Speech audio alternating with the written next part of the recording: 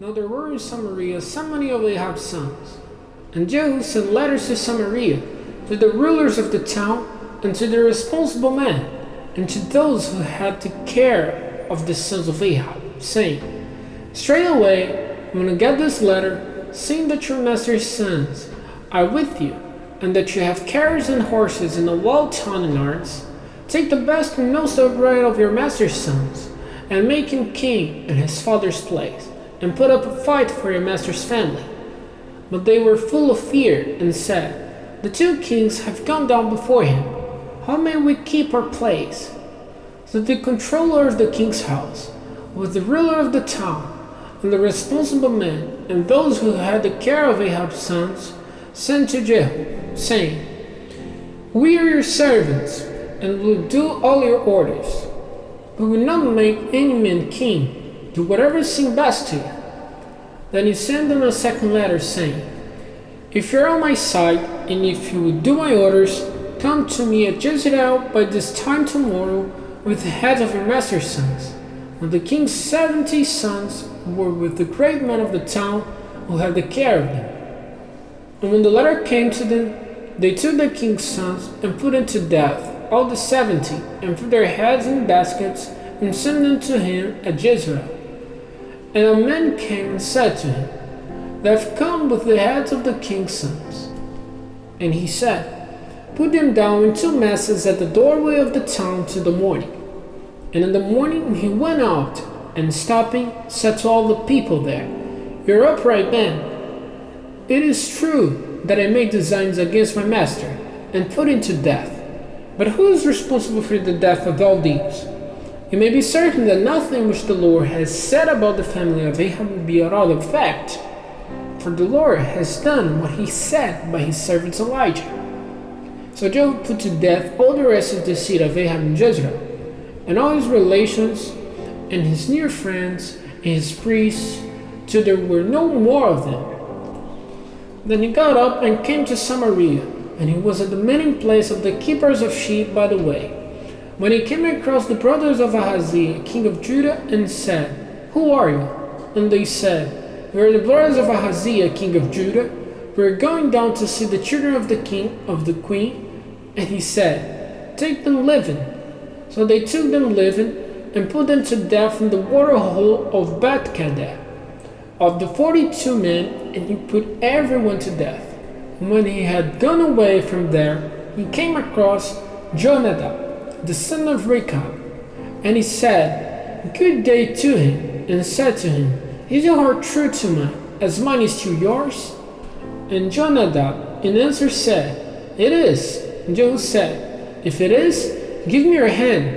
And he gave him his hand, and made him come up into his carriage.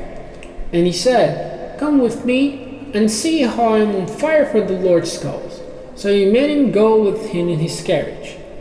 And when he came to Samaria, he put to death all those of Ahab's family who were still in Samaria, so there were no more of them, as the Lord had said to Elijah. Then Jehu got all the people together and said to them, Ahab was Baal's servant in a small way, but Jehu will be his servant on a great scale. Now send for all the prophets of Baal, and all his servants and all his priests, to come to me.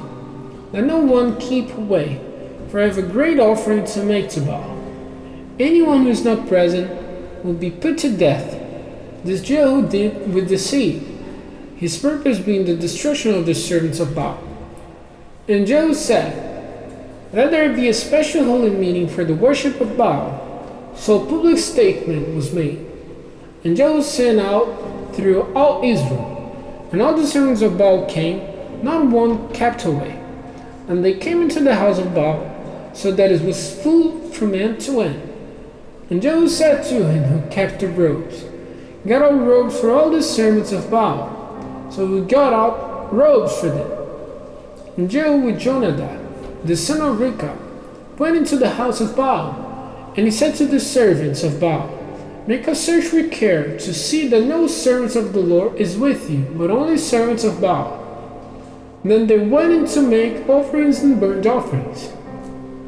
Now Jehu had put 80 men outside, and said to them, If any man whom I give into your hands gets away, the life of him who lets him go will be the price of his life. Then when the burnt offerings was ended, straightway Jehu said to the armed men and the captains, "Go in and put them to death, that no one come out."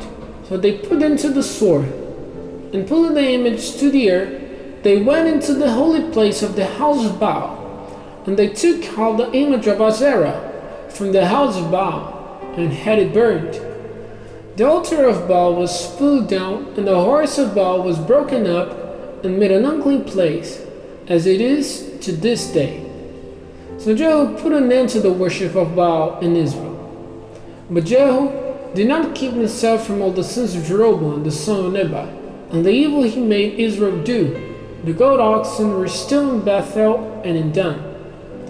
And the Lord said to Jehu, "Because you have done well in doing what is right in my eyes and effecting all my purpose for the family of Ahab, your sons will be kings of Israel to the fourth generation." But Jehu did not take care to keep the law of the Lord below his heart. He did not keep himself from the sin which Jeroboam did and made Israel do. In those days, the Lord was angry first with Israel, and Hazael made attacks on all the land of Israel, east of Jordan, and all the land of Gilead, the Gadites and the Reubenites and the Manassites from Aroer by the valley of the Arnon, all Gilead and Bashan. Now the rest of the acts of Jehu, and all he did, and his great power, are they not recorded in the book of the history of the kings of Israel? And Jehu went to rest with his fathers, and was put into the earth in Samaria. And Jehoahaz, his son, became king in his place. And the time of Jehu's rule over Israel and Samaria was 28 years.